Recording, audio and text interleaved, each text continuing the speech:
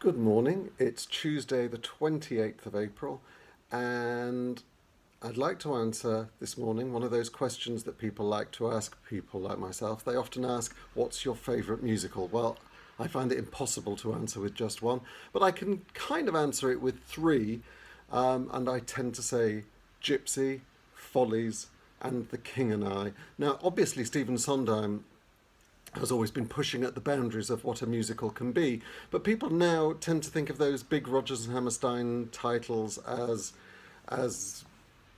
sort of being, terribly safe and just something that's always been there now, whereas in fact they were terribly unusual at the time, very surprising to their audiences, and none more so than The King and I, such an unusual subject. And the piece I'd like to play today, the March of the Siamese Children, is very unusual when you think about it. Half an hour into the show, for 3.5 minutes, there is not a lyric sung, not a step danced, but just lots of what our American friends call pantomime, as these, I think, 17 children were introduced to Gertrude Lawrence.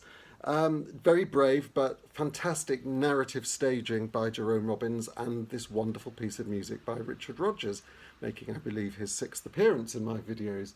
I've been looking for some nice anecdote about the March of the Siamese Children and looking through various books, not really finding one.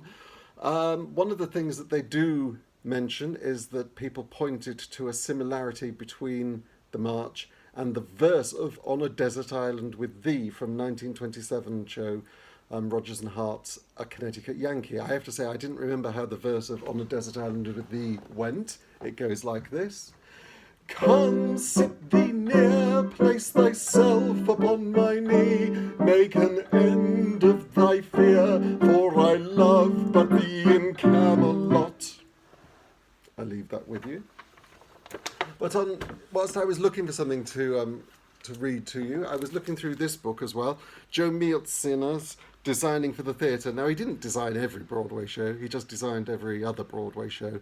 This is the set for Death of a Salesman. I mean, he was just so influential. There's beautiful things in here, including these pictures for guys and dolls. I mean, just wonderful stuff. But he also worked on The King and I, just a couple of pages earlier. Lost it now. Here we are. Only in black and white, I'm afraid, but Bangkok at Night. But he has something interesting to say. When I was commissioned to design Rodgers and Hammerstein's musical play The King and I in the summer of 1950, I was already well informed on Siamese art and architecture. Some years earlier, I had visited Bangkok, not staying long enough to become an authority on the culture of these creative people, but long enough to be deeply stimulated by the beauty of their art. I used my memory of this visit rather than literal reproduction in designing the backgrounds for the story of Anna and the King of Siam. Richard Rodgers was, as usual, a wise craftsman in deciding to express the romance and the tragedy of Anna and the King in terms of his own Western style of music. Pidgin English can be pretty foolish, whether it is expressed in words, musical notes, or even in visual terms. That's something for you to think over, whilst we have the March of the Siamese Children.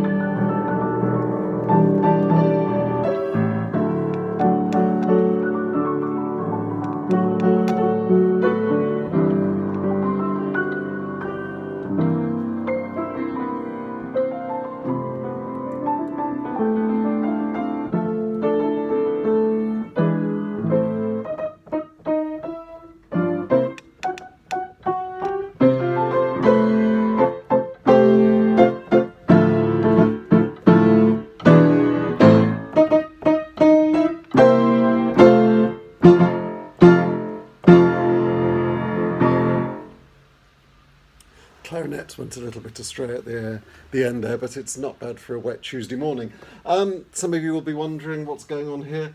These, I'm afraid, are the bathing gaps at Benares, rather than, I'll show you, rather than anything strictly Siamese, but they're at least kind of related.